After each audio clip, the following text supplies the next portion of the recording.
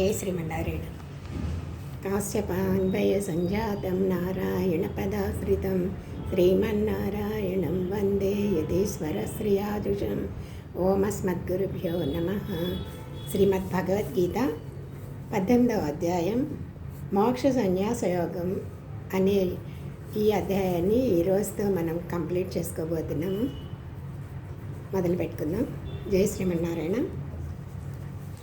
నిన్నటి వరకు భగవంతుడు ఏం చెప్పాడు మనకి అంటే, నా యందు మనసు పెట్టు, నాతో భక్తి కలిగి ఉండు, నా మీద భక్తి కలిగి ఉండు, నన్ను ఆరాధించు, నాకు నమస్కరించు. అట్లా చేస్తే ఏమవుతుంది అంటే, నువ్వు నన్నే పొందుతావు, నాకు ఇష్టమైన వాడివి అవుతావు, ఇది నిజం, నీకు ప్రతిజ్ఞ చేసి చెప్తున్నాను అని చెప్పాడు. అంటే నీ నీ చిత్తం అంటే మన మనసులని కనిపించే ఈ విషయాల మీదకి పోకుండా తన్ని కనుక సేవిస్తే నేను మీకు తప్పకుండా అనుగ్రహిస్తాను, నాకు ఇష్టమైన వాడివి అవుతావు అని చెప్పాడనమాట. అని చెప్తూ ఇంకోటి ఇది సత్యమని ప్రతిజ్ఞ చేసి మరీ చెప్పారు. సరే, ఇప్పుడు ఇదొక శ్లోకం, చరమ శ్లోకంలో 2 శ్లోకాలు చెప్తా అన్నాడు. తను చెప్పదలుచుకున్న పరమరహస్యాలని అన్నిటినీ కూడా అర్జునుడు తనకి ఇష్టం కనుక అర్జునుడికి 2 శ్లోకాల్లో మళ్ళీ చెప్తాడు. ఇది ఒక శ్లోకం అయితే, మన్మనాభవ మద్భక్తో మధ్యాజీ మాం నమస్కురు మామే వైశ్య సత్యంతే ప్రతిజానే ప్రియోసిమే అని ఇది చెప్పాడు. ఇంకొకటి, ఇది కూడా గీతాసారం అంటారు, దీన్ని చరమ శ్లోకం అంటారు. ఇది 66 చూడండి. సర్వధర్మాన్ పరిత్యజ్య మామేకం శరణం వ్రజ అహం త్వా సర్వపాపేభ్యో మోక్షయిష్యామి మా శుచః.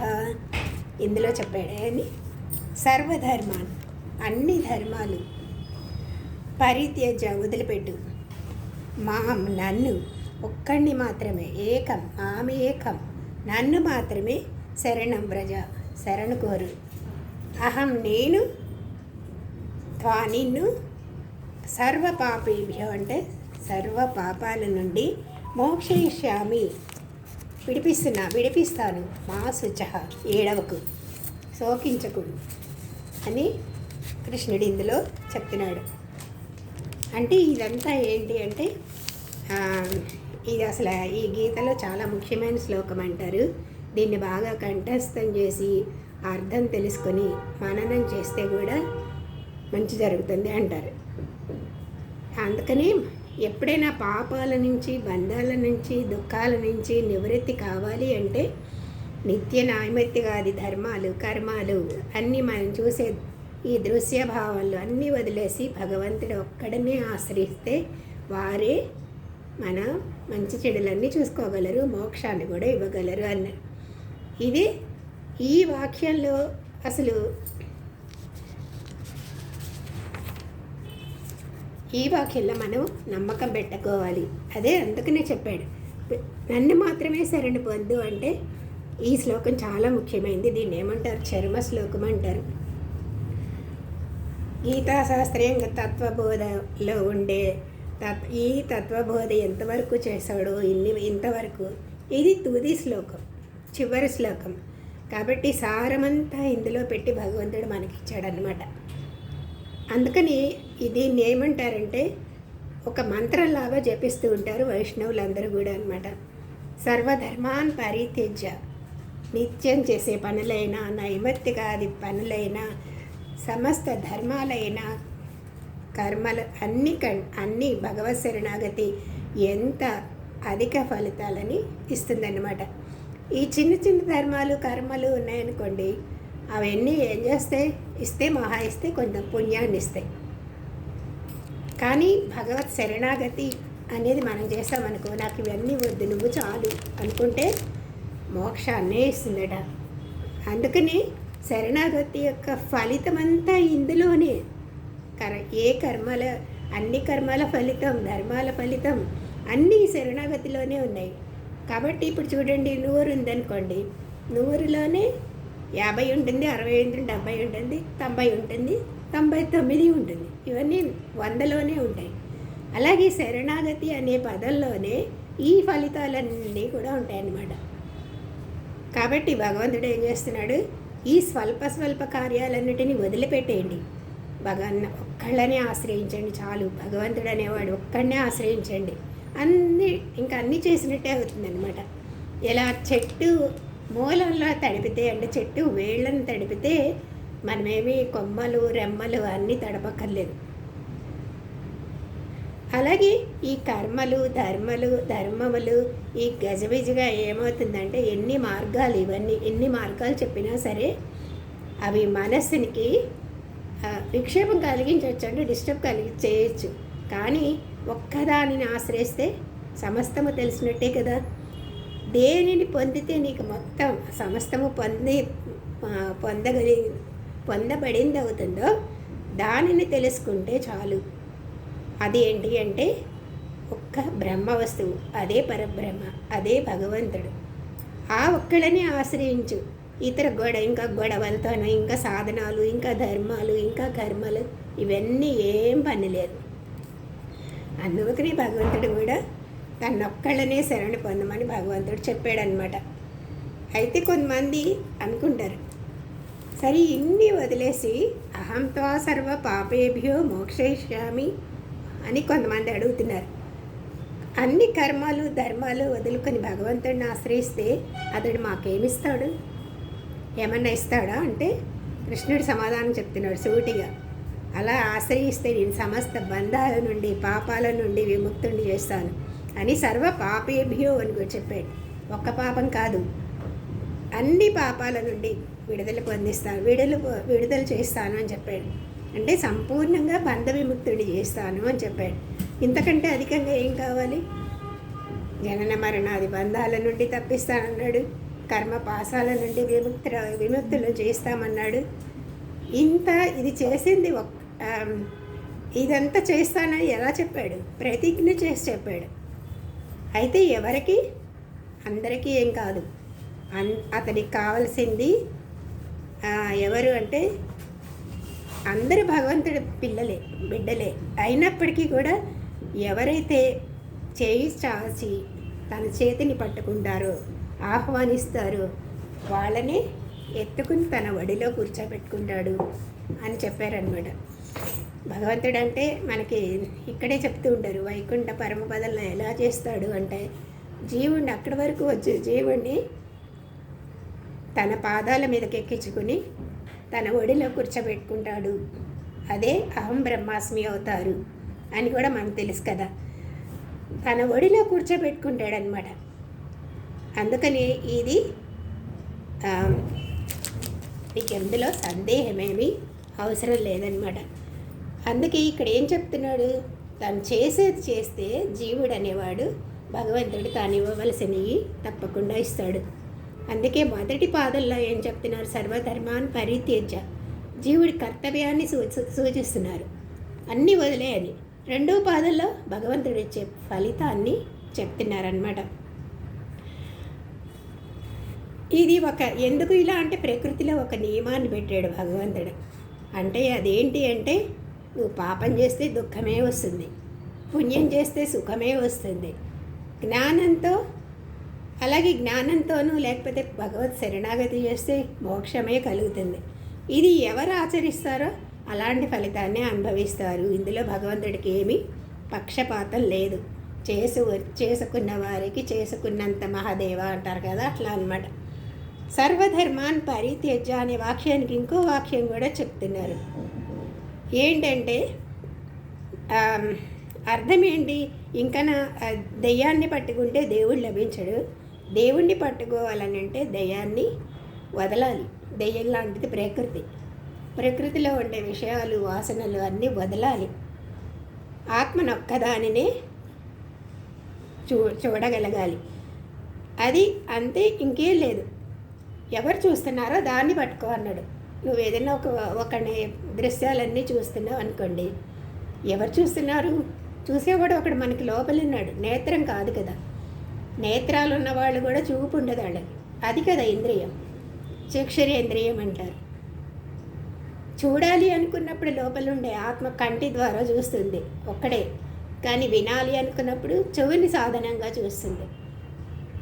కానీ ఇవన్నీ జ్ఞానేంద్రియాలు అన్నాం మనం కదా. ఈ జ్ఞానేంద్రియాలు ఎవరికి కనపడవు. నీ బుద్ధి కనపడదు, మనసు కనపడదు, ఆత్మ కూడా కనపడదు. ఈవెన్ డాక్టర్స్ అయినా సరే పైన ఉండే ఈ పరికరాలు లాంటి ఈ డొప్పలు లాంటి చెవులలో చూస్తారు, పైన కనపడే చూస్తారు, కానీ లోపల ఇంద్రియాలని ఎవ్వరు కూడా ఏమీ చూడలేరన్నమాట. అలా ఎవరు చూస్తున్నారు అనే దాన్ని మన విచారణ వల్లనే తెలుసుకుంటాం. అదొక్కటే తెలుసుకునే దాన్నే శరణు పొందు, అంతే, ఇంకేం అక్కర్లేదు. అంటే క్షేత్రజ్ఞుడైన పరమాత్మని శరణు పొందాలి కానీ క్షేత్రాన్ని కాదు అని చెప్పాడు. మా శుచః అంటే ఈ సత్యాన్ని తెలుసుకొని భగవత్ శరణాగతి చేసి చేసి ఇంకే మాత్రం శోకించకు. మా శుచః అని చెప్పాడు. అంటే అసలు దుఃఖం లేనిది ఎప్పుడైతే నువ్వు అలా ఆశ్రయిస్తావో నీకు దుఃఖం అనేది, శోకం అనేది ఉండదు. ఇంకెక్కడైతే భగవంతుడి స్థానం ఉంది అని నువ్వు తెలుసుకున్నావో అక్కడ శోకం ఎక్కడుంది? ఉండదు కదా. పరమానందమే అనుభవిస్తూ ఉంటారు. దుఃఖపడాల్సిన అవసరమే లేదు అని మా శుచః అని అర్జునుడికి చెప్పాడనమాట.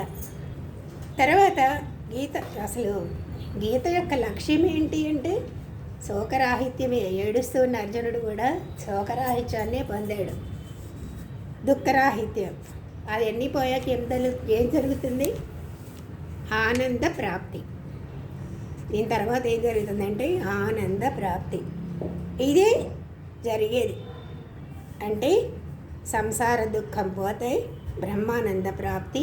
ఇవే గీత చదివినందుకు, గీత నేర్చుకునేందుకు లక్ష్యాలు ఇవి. ఈ లక్ష్యాలనే జీవుడికి బోధించడమే గీత యొక్క ఆశయం. సో ఇక్కడ ఏం చెప్పాడు? గొప్ప గొప్ప శాస్త్రాలు చదవలేని వాళ్ళు ఉంటారు. వాళ్ళకి అసలు పాండిత్యం అంటేనే తెలియని వాడు, శ్లోకాలు చదవలేని వాళ్ళు ఉంటారు కదండి.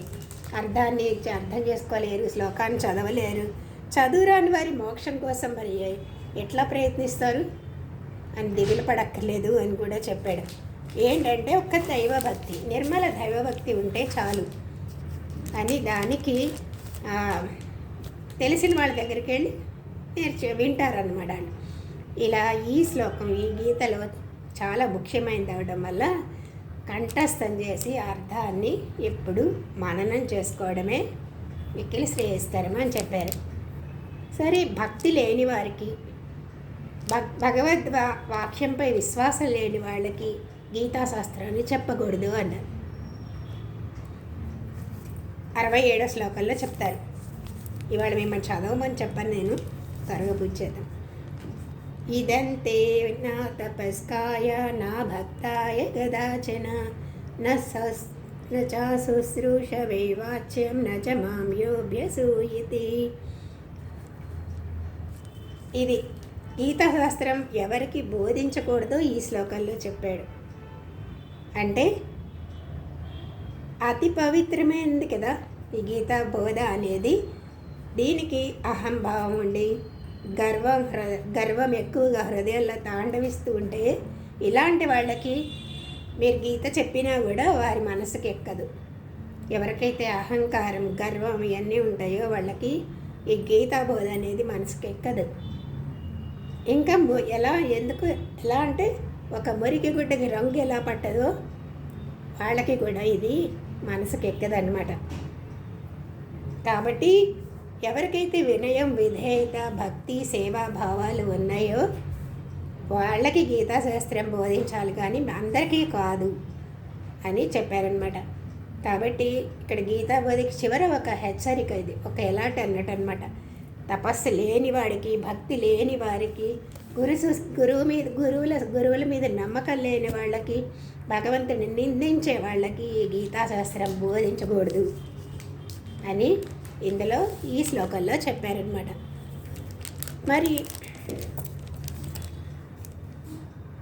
గురుసేవ, పెద్దల సేవ, భగవత్ సేవ అనేది లేని వాళ్ళకి అవేమీ చెప్పద్దు అన్నారు.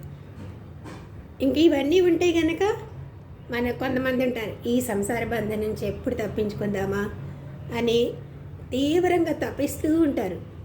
అప్పుడు ఒక రోగికి ఔషధంలాగా ఇది చెప్తే బాగా వంట పడుతుంది అనమాట.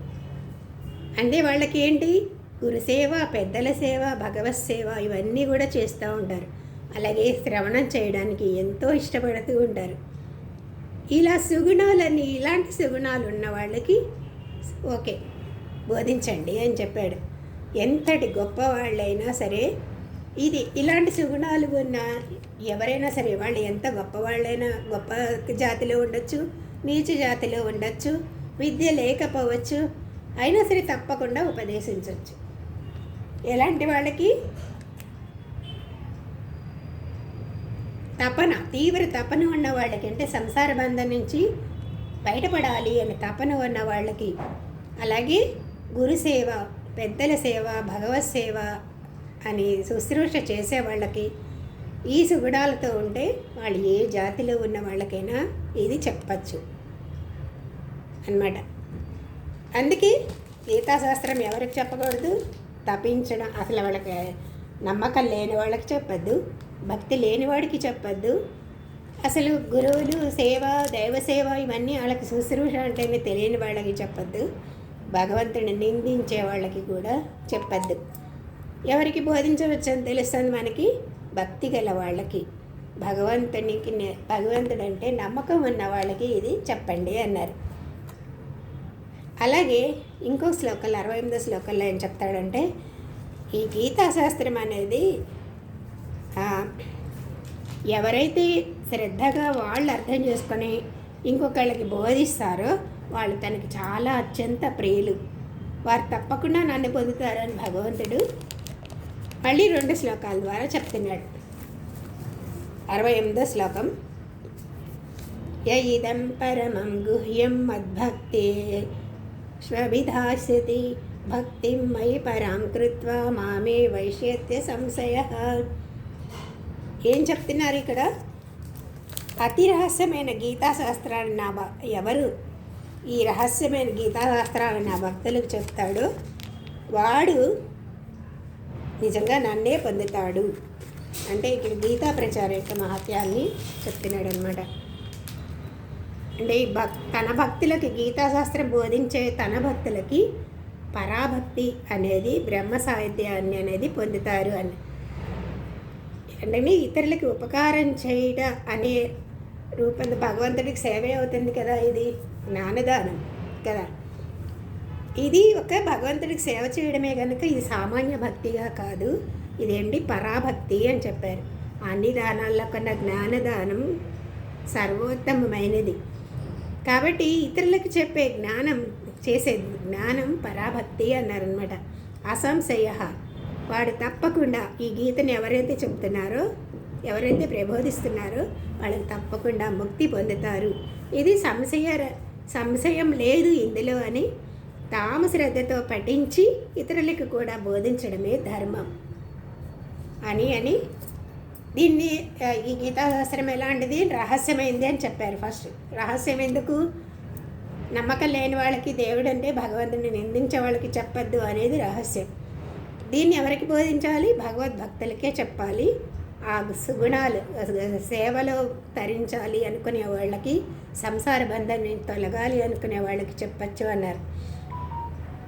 ఇది ఇలా చెప్పమని ఇప్పుడు ఏం చేస్తున్నారు? ఈ పరాభక్తి అని జ్ఞాన బోధ, అంటే జ్ఞానదానం ఎవరు చేస్తున్నారో వాళ్ళు భగవంతుడిని పొందుతారు అని 69వ శ్లోకంలో చెప్తారు. నచ తస్మాత్ మనుష్యేషు కశ్చిన్ మే ప్రియకృత్తమః భవితా నచ మే తస్మాత్ అన్యః ప్రియతరో భువి. ఇప్పటివరకు ఏంటి?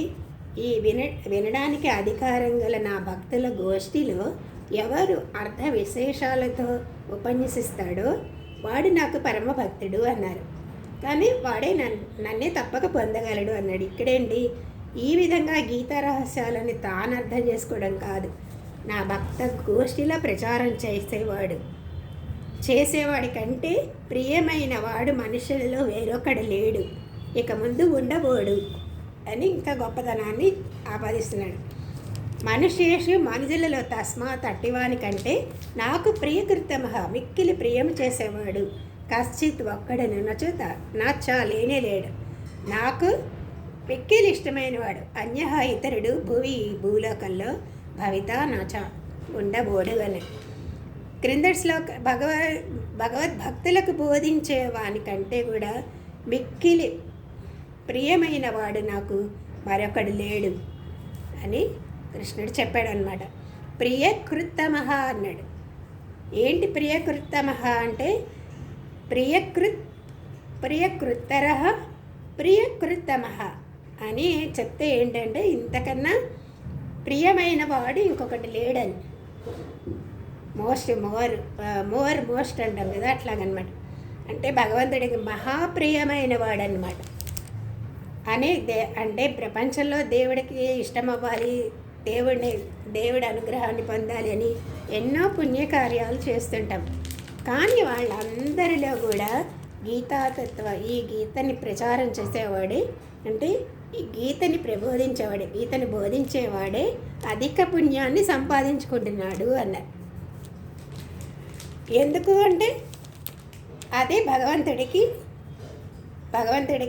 ప్రియభక్తుడు, అంటే ఇష్టమైన వాడు, ప్రీతిపాత్రుడు అవుతున్నాడు కనుక ఇంతటి ఈ భూత భవిష్యత్ వర్తమాన కాలాల్లో అంతటి ఇష్టుడు నాకు వేరొకడు తనకెక్కడ లేడు అని కృష్ణమూర్తి అంటే భగవంతుడు తన ఈ గీతను బోధించే వాళ్ళ గురించి తన అభిప్రాయాన్ని చెప్పారు. అంటే ఎంత పుణ్యమో అర్థం చేసుకోండి. గీతా ప్రచార కార్యం అనేది మహాపుణ్యం అన్నమాట. అలాగే భగవంతుడికి అంతకన్నా ఇష్టమైన వాళ్ళు ఇంకోళ్ళు ఉండరు అని కూడా చెప్పేశాడు.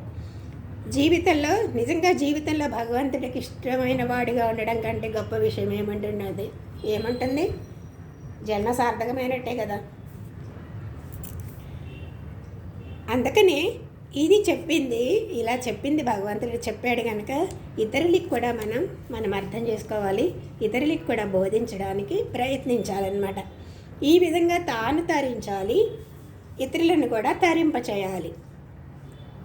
అలా దీనివల్ల ఏమవుతుంది అంటే భగవంతుడికి అతి ప్రియంగా ఉండగలిగే సౌభాగ్యానికి దగ్గరవుతాడనమాట.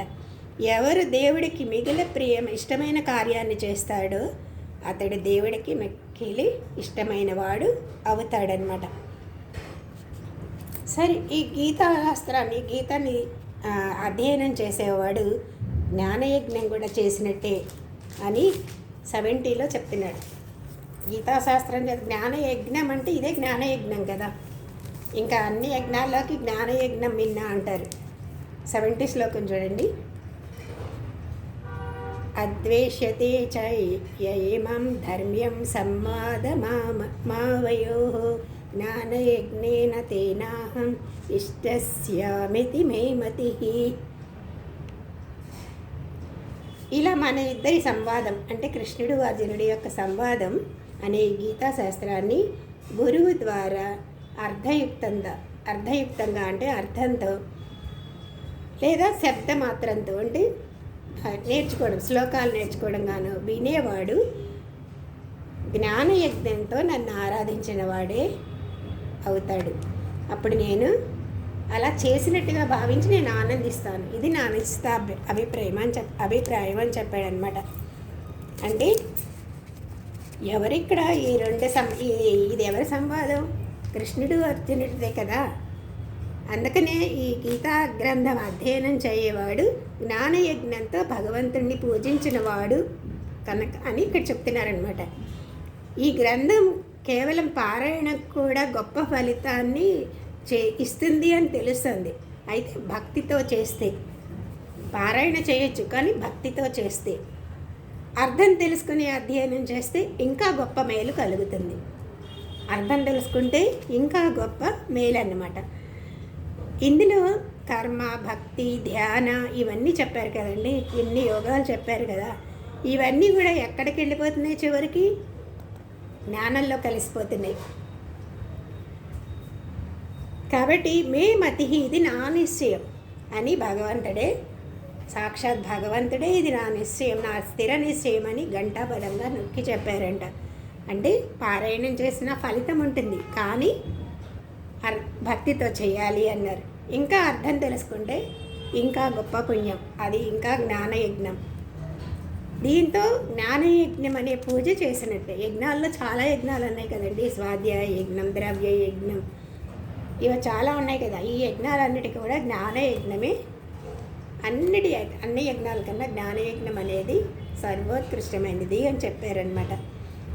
సరే, ఇలా మరి చెప్పేవాడి గురించి ఇప్పుడు చెప్పారు ఇప్పటి వరకు, కానీ వినేవాడి గురించి కూడా ఇప్పుడు చెప్తున్నారు.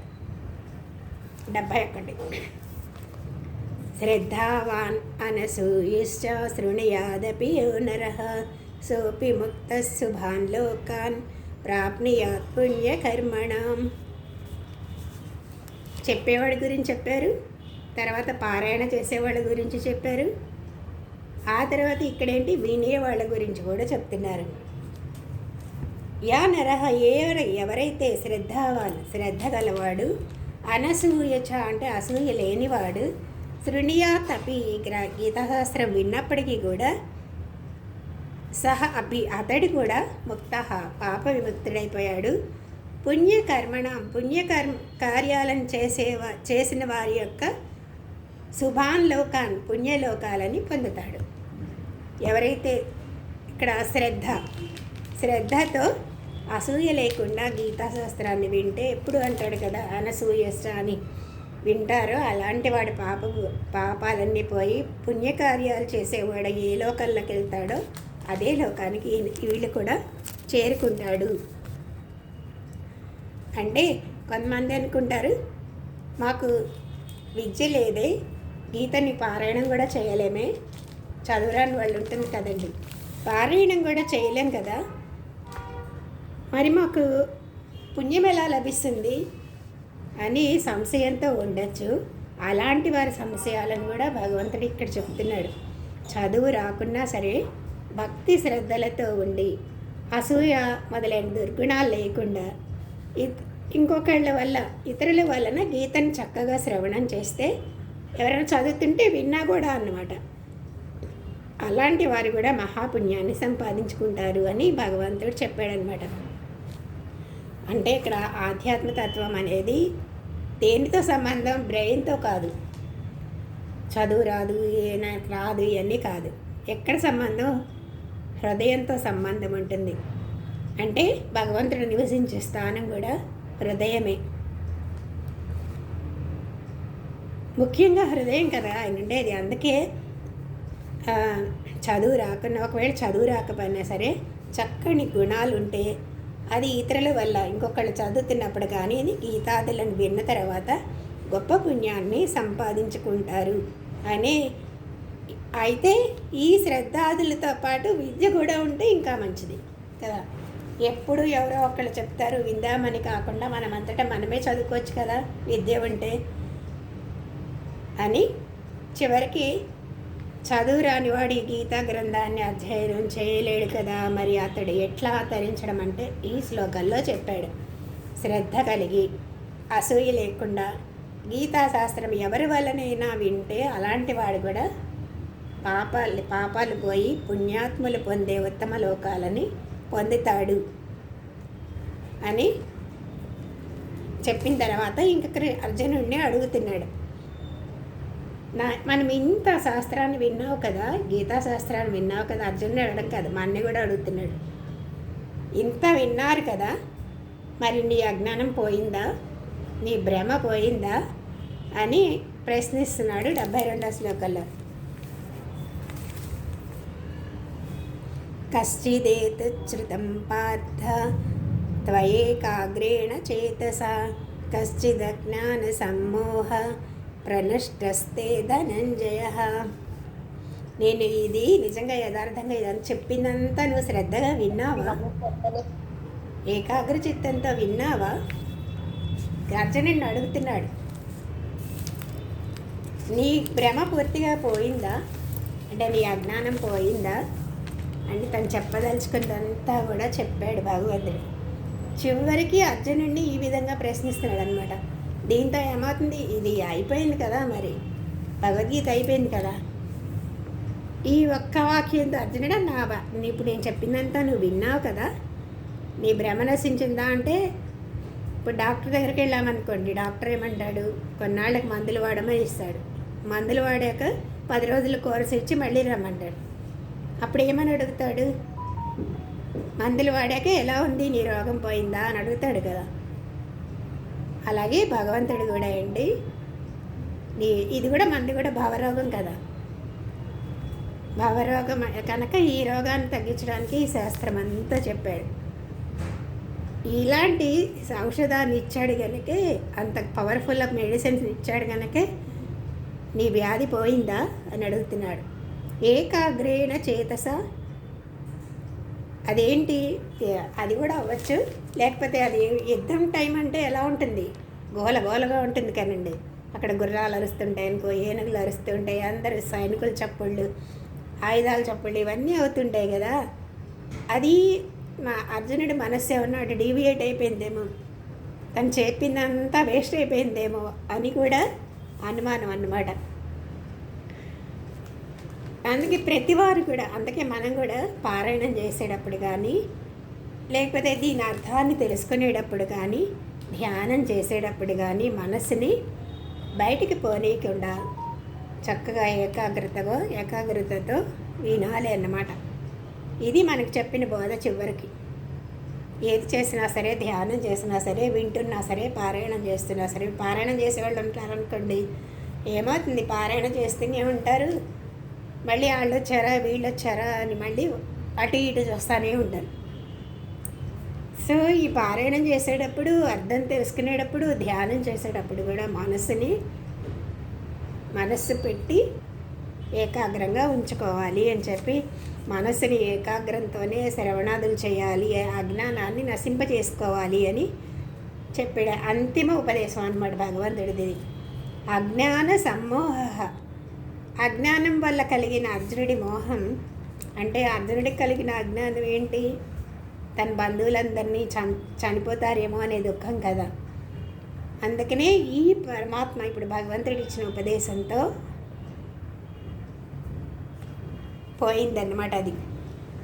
అది కూడా పోయిందా లేదా అని కూడా మళ్ళీ ఒకసారి అడుగుతున్నాడు అనమాట. ఇక ఈయన ఇచ్చిన ఔషధం ఏంటి, ప్రణష్ట అన్నది. ఎంత పవర్ఫుల్ ఔషధం ఇచ్చాడంటే, రోగం పూర్తిగా నయమైపోయింది అర్జునుడి రోగం. అందుకని నష్ట అని అడగలేదు, ప్రణష్ట అని అడిగాడు. అంటే నీ అజ్ఞానం అనే వ్యాధి పూర్తిగా పోయిందా అని అడిగాడు. ధనంజయ అని దాన్ని అన్నాడు. ధనంజయ అంటే రాజసూయ యాగం చేద్దామని అనుకున్నప్పుడు వాళ్ళ దగ్గర ధనమేమీ లేదన్నమాట. ఆ ధనాన్ని తీసుకురావడానికి అర్జునుడు అన్ని లోకాలు తిరిగి రాజులందరినీ అడిగి తీసుకొచ్చాడండి. ఇప్పుడు ఇది ఇలాగే రాజులందరినీ ఎక్కడ జయించి ఎలాగ తెచ్చావో, ఇప్పుడు అజ్ఞానాన్ని జయించి కీర్తిని పొందు అని ధనంజయ అన్నాడు. అందుకని శ్రవణం ఎలా చేయాలో ఇక్కడ చెప్పాడు. ఏకాగ్ర మనస్సుతో చేయాలి అని. అది భగవంతుడు అడిగిన ప్రశ్నకి ఇప్పుడు అర్జునుడు సమాధానం చెప్తాడు. 73వ శ్లోకం చూడండి. నష్టో మోహస్మృతిర్లబ్ధ త్వత్ప్రసాదాన్మయాచ్యుత స్థితోస్మి గత సందేహ కరిష్యే వచనం తవ. నీ అనుగ్రహం వల్ల నాకు అజ్ఞానం అంతా పోయింది కృష్ణ. నిజంగా నీ వల్లే నాకు తత్వజ్ఞానం అంతా లభించింది. ప్రారంభంలో ఎన్నో సందేహాలు ఉన్నాయి నాకు, అవన్నీ కూడా తీరిపోయినాయి. ఇప్పుడు నాకు ప్రశాంతమైన మనస్సు కలిగింది. నువ్వేం చెప్పినా సరే చేయడానికి సిద్ధంగా ఉన్నాను అని కరిష్యే వచనం తవా అన్నాడనమాట. ఇక్కడ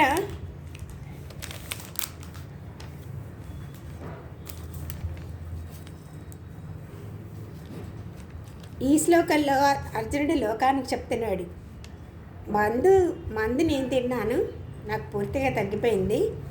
ఈ సంసారంలో ఉండి వ్యాధితో పీడించబడుతుంది మీరు కూడా నిరాటంకంగా నిస్సంకోచంగా ఈ గీతాశాస్త్రాన్ని సేవించండి.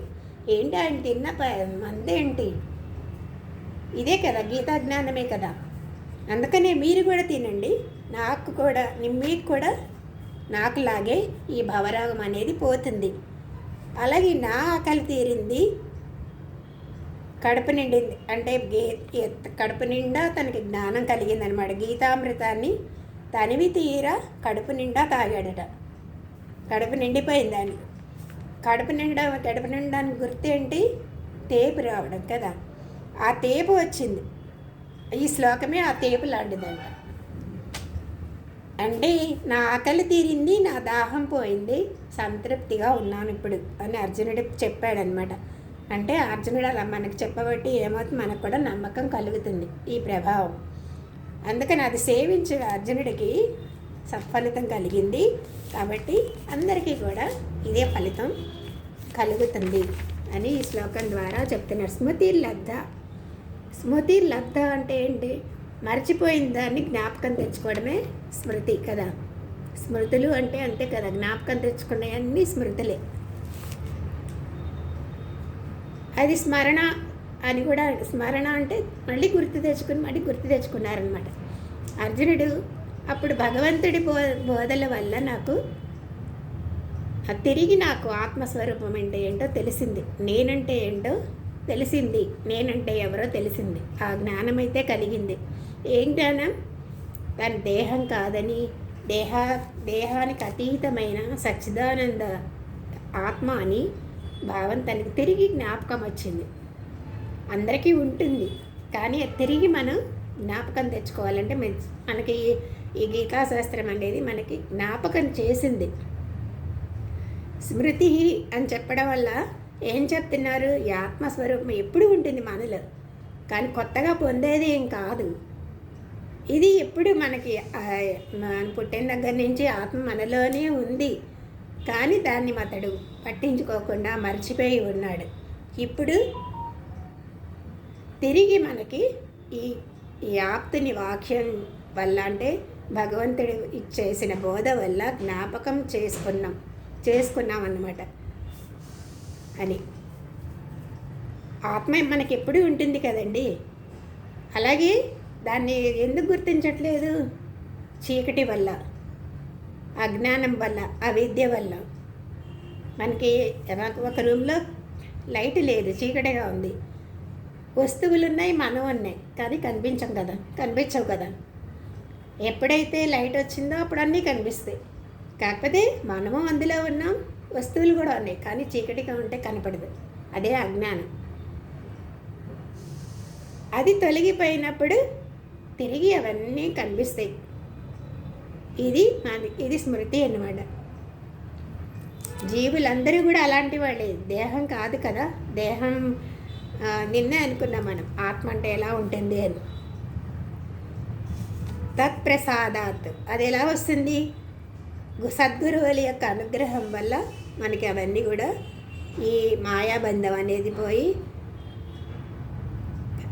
మన పూర్వీకులు నిజంగానే ఎంత గొప్పవాళ్ళు అయినప్పటికీ కూడా ఒక గురువుని ఆశ్రయించాలి, సేవించిన తర్వాత అప్పుడు గురువులు ఏం చేస్తారు? భగవంతుడి యొక్క గొప్పదనాన్ని మనకు చెప్తారు. నీలో ఉండే ఆత్మ ఉంది, ఆత్మని గురించి, భగవంతుడి గురించి వాళ్ళ యొక్క గొప్పదనాన్ని చెప్తే అప్పుడే భగవంతుడిని పూజించి అర్చించి తరించిపోయారు మన పూర్వీకులందరూ కూడా అన్నమాట. ఇక్కడ కూడా అర్జునుడు కూడా అంతే. అజ్ఞానం పోయింది. తన గురువైన కృష్ణుడు అనుగ్రహం వల్ల అజ్ఞానం పోయి తను తరించిపోయాడనమాట. ఇక అచ్యుతుడు అంటే తన భక్తులను ఏం చేస్తున్నాడు? భగవంతుడు ఈ సంసారంలో నాశనం అయిపోకుండా కాపాడుతున్నాడు, చ్యుతి లేకుండా చేస్తున్నాడు. కనుక శ్రీకృష్ణుడికి అచ్యుతి అన్నారనమాట, అచ్యుత అన్నారనమాట. అంటే తన భక్తుడైన వాడిని ఈ అజ్ఞానంలో జారిపోకుండా రక్షిస్తున్నాడు. గత సందేహ అంటే అజ్ఞానంలో మనుషులకి ఎన్నో సందేహాలు వస్తూ ఉంటాయి.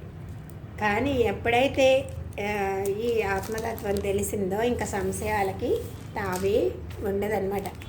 కరిష్యే వచనం తవ, ఇంకా అయిపోయింది.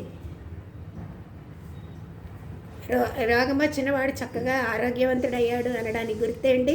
బెడ్ మీద పడి ఉండకుండా లేచి చక్కగా తన పళ్ళు చేసుకుని నడుస్తూ ఉండడమే కదా. అలాగే ఆత్మజ్ఞానం పొందిన వాడికి గుర్తేంటి? ఈ దేహం అనే భ్రాంతి పోయి చేయాల్సిన పనిని చేస్తాడు. అలాగే అర్జునుడికి అజ్ఞానం పోయాడు, ఇక నేను మీరు చెప్పినట్టు చేస్తాను అని కృష్ణుడికి చెప్పి కర్తవ్యానికి రెడీగా అయ్యాడనమాట. తను చేయాల్సిన దాన్ని చేయడానికి రెడీ అయ్యాడనమాట. ఇదంతా విన్న తర్వాత సంజయుడు వింటున్నాడు కదా ఈ గీతాబోధంతా. సంజయుడికి కలిగిన ఆనందాన్ని ఇలా ఈ 74వ శ్లోకంలో సంజయుడు చెప్తాడు. 74వ శ్లోకం చూడండి. ఇత్యహం వాసుదేవస్య పార్థస్య చ మహాత్మనః సంవాదమిమమశ్రూషః అద్భుతం రోమహర్షణం. ఇలా శ్రీకృష్ణునికి అర్జునుడికి కలిగిన మధ్యలో జరిగిన ఈ సంభాషణ అంతా వింటుంటే ఆ గగుర్బాటుని ఆశ్చర్యాన్ని చెప్తున్నాడనమాట. ఈ ప్రకారంగా సంజయుడు అంటున్నాడు, ఈ ప్రకారంగా అహం నేను వాసుదేవస్య శ్రీకృష్ణుడి యొక్క మహాత్మనః అంటే మహాత్ముడైన పార్థస్య చ అర్జునుడి యొక్క ఈ అద్భుతమైన ఆశ్చర్యకరమైన రోమహర్షణం పులకాంకరం గగుర్పాటుని కలిగి చేసేదైన ఈ సంభాషణని అశ్రోషం విన్నాను అని సంజయుడు పలుకుతున్నాడు. ఏమని చెప్తున్నాడు? ధృతరాష్ట్ర మహారాజుకి చెప్తున్నాడు. ధృతరాష్ట్ర మహారాజా ఈ ప్రకారంగా ఇద్దరి మాట్లాడుకుంటుంటే అంతా విన్నాను. ఎంత ఆశ్చర్యంగా ఉందో అర్జునుడి యొక్క ఆశ్చర్యమైన పులకాంకరం అంటే ఏంటి, గూస్ బంప్స్ అంటారు కదా, ఇది కూడా నాకు కలుగుతుంది ఆ సంభాషణ విన్న తర్వాత. ఎలా విన్నాడు ఆయన? సంజయుడు ఎలా విన్నాడు? గీతాబోధ అంతా కూడా వ్యాసుడు అనుగ్రహించాడు. వ్యాసుడు అనుగ్రహంతో వినగలిగాడు. విన్న తర్వాత ఈ జరిగిన ఆనందాన్ని ధృతరాష్ట్రుడికి చెప్తున్నాడు అనమాట. పార్థస్య చ మహాత్మనః. ఎవరు ఇంతదాకా ఏమో పార్థుడు అంటే అర్జునుడు మోహంతో భ్రాంతితో ఒక అల్పాత్మలాగా మనలాగా ఉన్నాడు అర్జునుడు. కానీ భగవంతుడు దివ్య బోధలచే మహాత్ముడిగా మారిపోయాడు. అందుకని ఇదేంటి ఈ కృష్ణుడు బోధించిన గీతామృతం ఏంటంటే మందబుద్ధులను కూడా బుద్ధిమంతులుగా మార్చేది ఈ బోధ అన్నమాట. అజ్ఞానిని జ్ఞానిగా మారుస్తుంది. అద్భుతం రోమహర్షణం. ఈ గీతాశాస్త్రం చాలా ఆశ్చర్యమైంది. ఎందుకంటే ఇది ఒక స్పర్శవేది అంటారు. స్పర్శవేది అంటే తెలుసా, ఇనుమని కూడా బంగారం చేస్తుందన్నమాట. అలాగే ఇనుమని బంగారం చేస్తుంది. అలాగే మాయలో చిక్కుకుపోయిన వాడనేమో మాయా విముక్తుడిగా చేస్తుంది. ఏడుస్తున్న వాడిని నవ్విస్తుంది. దీన్ని అలాంటి అమోఘమైన శక్తి గీతకు ఉన్నదన్నమాట. మళ్ళీ దీన్ని చదివినా విన్నా ఆ వ్యక్తి ఎలా ఉంటాడు? ఆనందంతో తన్మయుడైపోతాడు.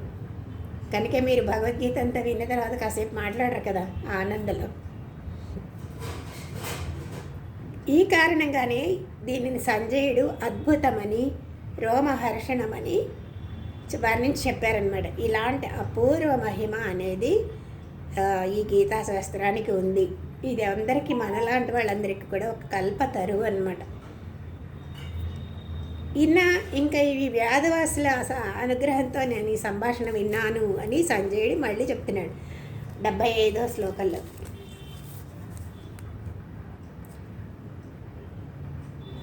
వ్యాస ప్రసాదాత్ శ్రుతవాన్ ఏతత్ గుహ్యమహం పరం యోగం యోగేశ్వరాత్ కృష్ణాత్ సాక్షాత్ కథయత స్వయం.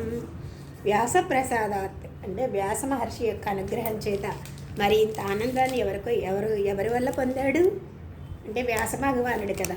అందుకనే ఆయన గురించి ఇంకొకసారి తలుచుకుంటున్నాడు అనమాట.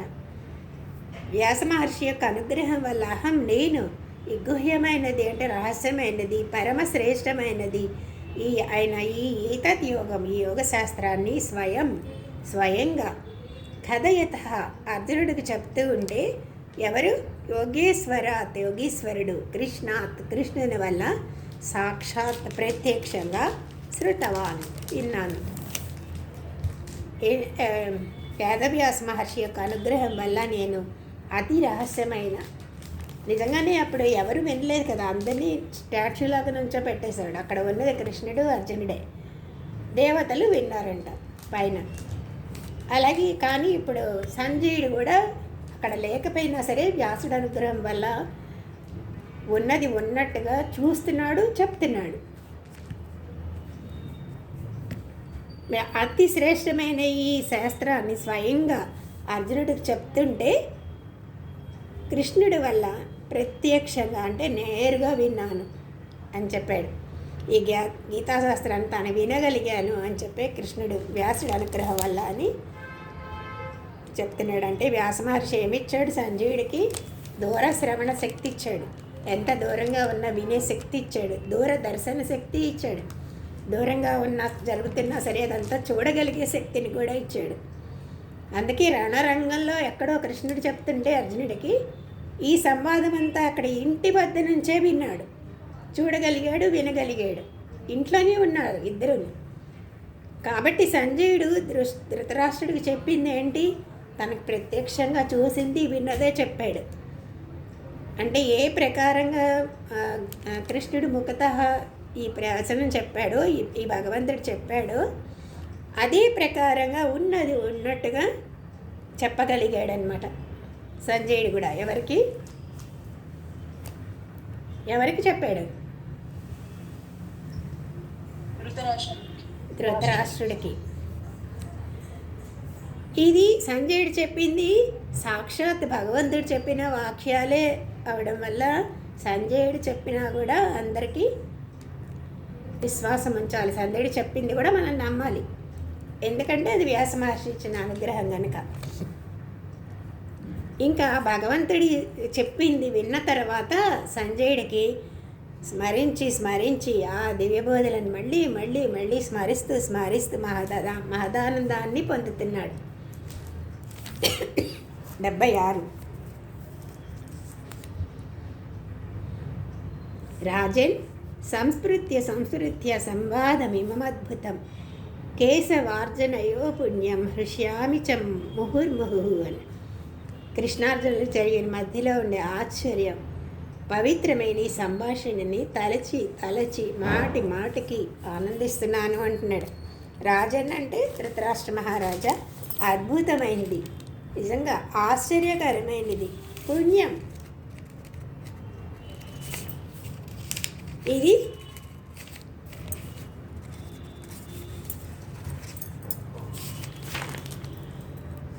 పుణ్యాన్నిచ్చేది అయిన కేశవార్జునీయ కృష్ణార్జునుల యొక్క ఈ సంవాదం, ఈ సంభాషణ సంస్మృత్య తలంచి ముహుర్ముహుచ మాటికి తలుచుకుంటున్నాడు. హృష్యామి ఆనందిస్తున్నాను అని ఈ సంభాషణని తలచి మాటికి ఆనందాన్ని పొందుతున్నాడు సంజయుడు అనమాట. అందుకనే ఇది చెప్పడం ఏంటి? సంస్మృత్య అని చెప్పడంలో ఒకసారి కాదు, 2 పర్యాయాలు చెప్పడంలో 2 సార్లు చెప్పాడు. సంస్మృత్య అని అనడంలో ఏంటి? మనం విన్నది ఎప్పుడైనా సరే బాగా మళ్ళీ మననం చేయాలి, స్మరించాలి. 2 సార్లు చెప్పడానికి ఏంటంటే మళ్ళా స్మరించాలి అని భావం అన్నమాట. వినడంలో ఇది పూర్తయిపోయింది కదా ఈ భగవద్గీత అంతా. అయితే ఈ గీతా జ్ఞానం వినడంలోనే తృప్తి పడకూడదు, దాన్ని మళ్ళీ స్మరిస్తూ ఉండాలి అని. అంటే తీవ్రంగా మననం చేయాలి అని. అలా మననం చేయడం వల్లనే దాని అర్థం చక్కగా హృదయాల్లోకి ప్రవేశిస్తుందట. మళ్ళీ చదువుతుండే దాని అర్థం ఇంకా బాగా మన హృదయంలోకి ప్రవేశించింది. అందుకనే ముందు శ్రవణం అన్నారు, తర్వాత మననం అన్నారు, తర్వాత నిధిధ్యాసనం అన్నారు. ఈ 3 పద్ధతులు చెప్పారు. మొదట వినాలి, ఆ తర్వాత ఏం చేయాలి? మననం, ఏం చెప్పారు అని ఒకసారి మననం చేసుకోవాలి. తర్వాత నిధిధ్యాసనం, అది ఎప్పుడు కూడా గుర్తుండిపోయేటట్టుగా మనసులో స్థిరంగా పెట్టుకోవడం నిధిధ్యాసనం. ఇది 3 పద్ధతులు చెప్పారు. సంజయుడు ఏం చేశాడు? మొట్టమొదట గీతని విన్నాడు, ఆ తర్వాత మనన నిధిధ్యాసలను చేసిన తర్వాత దాని ఫలితంగా పరమానందాన్ని పొందుతున్నాడు. పుణ్యం అంటే ఈ గీత అంతా కూడా పుణ్యమే.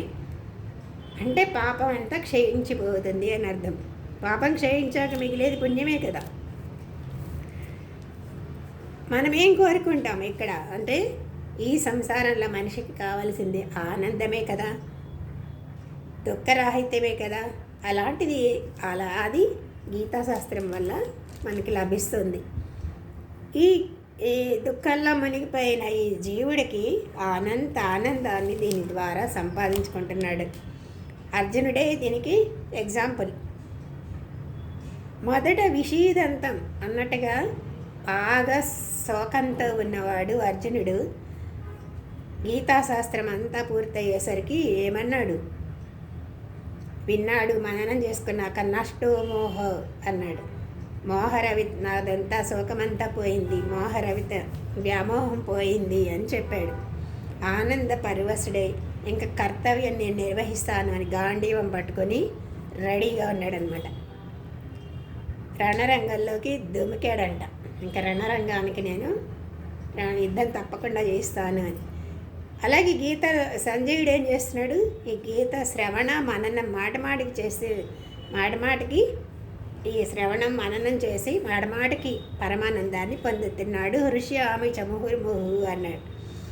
ఇలా వెంటనే ఈ గీతాశాస్త్రం అదే గీతని విన్న వెంటనే ఇద్దరికి పరమానందం కలిగింది. అలాగే అలాంటి ఆనందాన్ని కోరే మనమందరం కూడా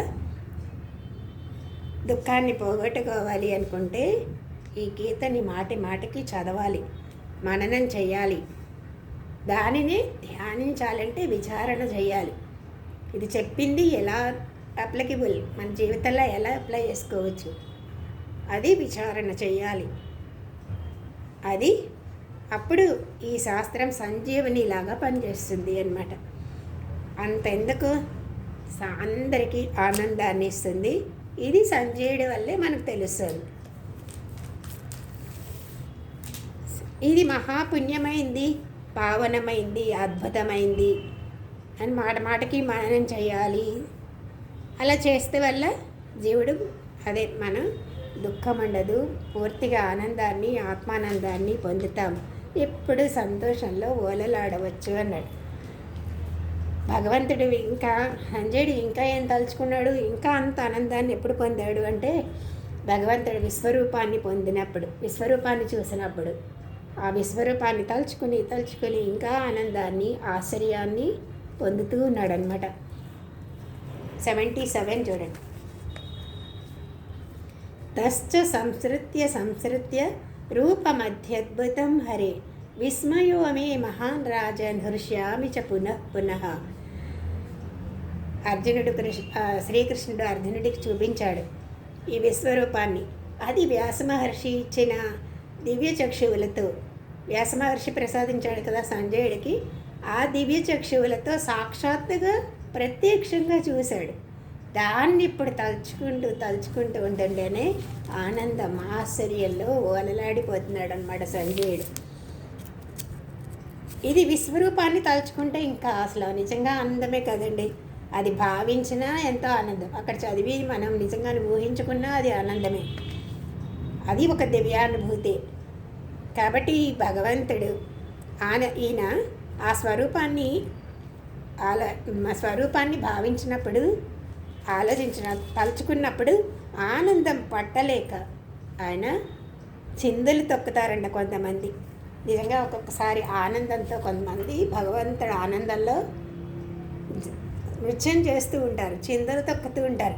కొంతమంది ఏం చేస్తారు? పాటలు పాడుతూ ఉంటారు. కొంతమంది ఏం చేస్తారు? నృత్యం చేస్తూ ఉంటారు. ఇవన్నీ కూడా ఏంటంటే బాగా ఆనందం వస్తే కలిగే చిహ్నాలన్నమాట. ఈ సంజయుడికి కూడా అంతే.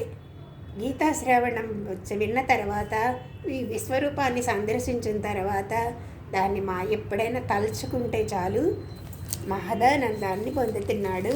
ఇదే భగవంతుడు, ఇదే ధృతరాష్ట్రుడికి చెప్తున్నాడు అనమాట. భగవంతుడు విశ్వరూపం అంటే మాటల అత్యద్భుతమైంది కదండి. దాన్ని తలుచుకుంటేనే ఆయనకి ఆశ్చర్యం వేస్తుంది. మనం ఊరికి చదివితేనే ఎంత ఆశ్చర్యం అనిపిస్తుంది కదా. ఎన్ని తలలు, ఎన్ని ముఖాలు, ఎన్ని కళ్ళు ఉన్నాయి, నేను చూడలేకపోతున్నాను అంటాడు. పళ్ళ కింద నలుగుతున్నారంటారు వచ్చేవాళ్ళు పోయేవాళ్ళు నోటిలోంచి.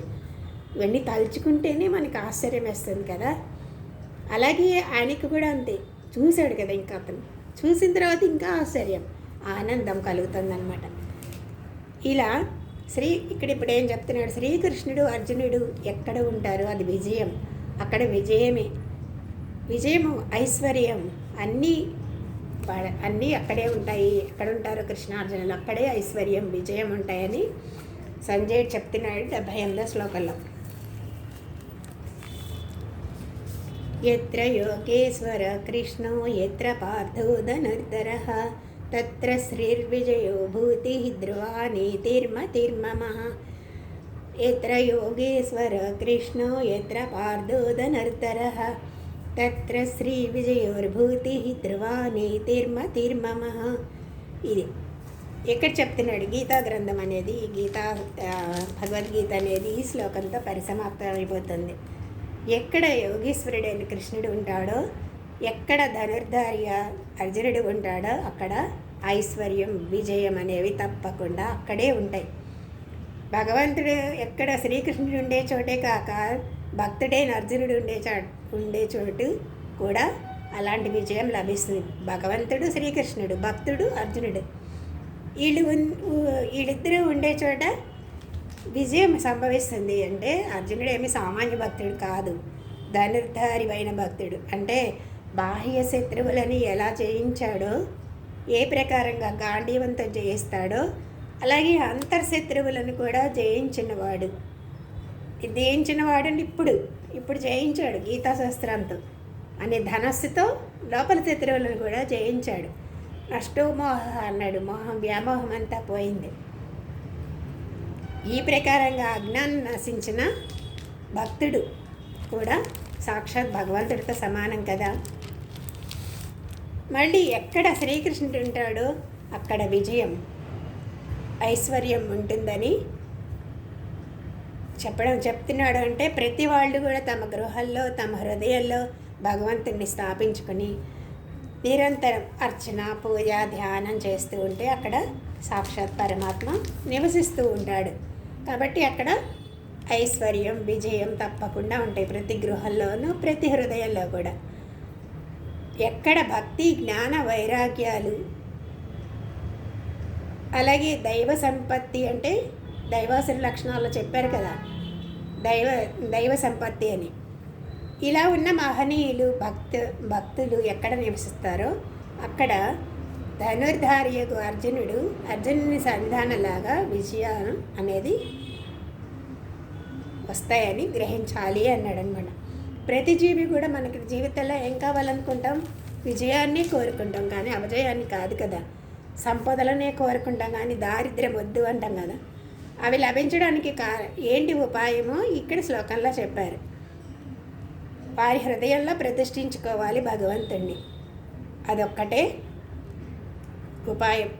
భక్తిపూర్వకంగా ధ్యానించాలి. ఎక్కడ స్థాపించుకోవాలి, హృదయంలో. ఎక్కడో ఉన్నాడని కాదు, ఎక్కడో ఉన్నాడని పరుగులు పెట్టడం కాదు. ఇది చేస్తే దొరుకుతాడా, అది చేస్తే దొరుకుతాడా, ఇక్కడికి వెళ్తే ఉన్నాడా, అక్కడికి వెళ్తే ఉన్నాడా, అన్ని సందేహాలే కదా మనం. ఎక్కడా కాదు, ఎక్కడున్నాడు, నీలోనే, నీ హృదయం మధ్యలో తిష్ట వేసుకొని ఉన్నాడు. ధ్యానించండి, భక్తిపూర్వంగా ధ్యానించండి. అలాగే భగవంతుడి సాన్నిధ్యాన్ని అనుభవించండి. అదే ఉపాయం అంటున్నాడు. మరి ఎక్కడ కృష్ణుడు, అర్జునుడు ఉంటాడో ధర్మం ఆ పక్షంలో ఉంటుంది. ఆ పక్షానికే వారికే విజయం కూడా లభిస్తుంది. అంటే ఇప్పుడు ఎక్కడున్నారు వాళ్ళిద్దరూ, సంజయుడు పాండవ పక్షాన్ని విజయం వస్తుందని చెప్తున్నాడు. వాళ్ళిద్దరూ అక్కడే కదా ఉన్నారు. ఇది విన్న తర్వాతైనా ధృతరాష్ట్రుడు సంధి చేసుకుందామని, యుద్ధాన్ని మాన్పిస్తాడు అని, కానీ మాన్పిస్తే మంచిది అని కూడా చెప్పాడనమాట. అని చెప్తే ఇది గీత అంతాల్లో సంజయుడికి చెప్పిన బోధ అనమాట. ఎత్ర యోగేశ్వర కృష్ణ అంటే భగవద్ అనుగ్రహం వల్ల ఇది వాళ్ళిద్దరూ పాండవుల పక్షాన ఉన్నారు కనుక వాళ్ళకి జయం లభిస్తుంది అని చెప్పి ఇంత చెప్పిన తర్వాత, ఇంత విన్నాక, ఇంత చూసాకైనా ధృతరాష్ట్రుడిలో ఏమన్నా మార్పు వచ్చిందా? యుద్ధం అక్కర్లేదు, వెనక్కి రండి అని పిలిచాడా? పిలవలేదు. ఆ వ్యామోహం ఆయనలో పోలేదు. ఈ భగవంతుడు ఎంత కరుణతో బోధించిన ఈ గీతాశాస్త్రం అంతా కూడా చక్కగా పఠించాలి, అనుష్ఠించాలి, అలాగే అనుభవించాలి. అప్పుడే జన్మ రాహిత్యం అనేది జన్మ జన్మలో ఉండదు, నిత్యానందాన్ని పొందగలరు అని ఇలా మానవ జీవితాన్ని సదుపయోగం చేసుకుందాం, కృతార్థం చేసుకుందాం. జై శ్రీమన్నారాయణ. సర్వం శ్రీకృష్ణార్పణమస్తు. హరి ఓం సత్ తస్సత్. ఇది శ్రీమన్మహాభారతే శతసహస్రికాయాం సంహితాయాం వయాసిక్యాం శ్రీమద్ భీష్మపర్వణి శ్రీమద్భగవద్గీతా ఉపనిషత్సు బ్రహ్మ విద్యాయాం యోగశాస్త్రే శ్రీకృష్ణార్జున సంవాదే మోక్ష సన్యాస యోగో నామ అష్టవదశాధ్యాయః. ఇది వ్యాసుడు రచించింది.